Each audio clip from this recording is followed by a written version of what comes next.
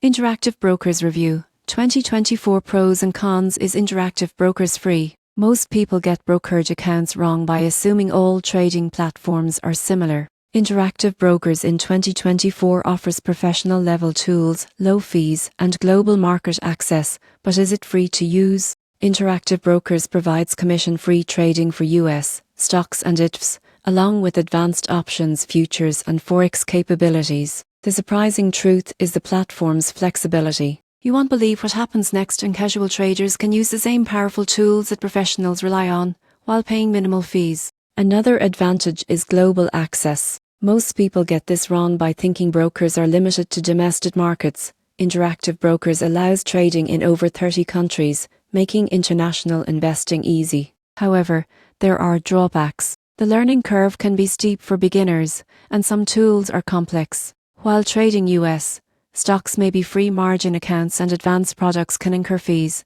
so free doesn't always mean completely costless. In conclusion, Interactive Brokers is perfect for active traders and global investors in 2024. If you value low fees, powerful tools, and international access, it's worth exploring. Beginners should be prepared for some complexity, but with patience, the platform can provide professional-grade trading opportunities.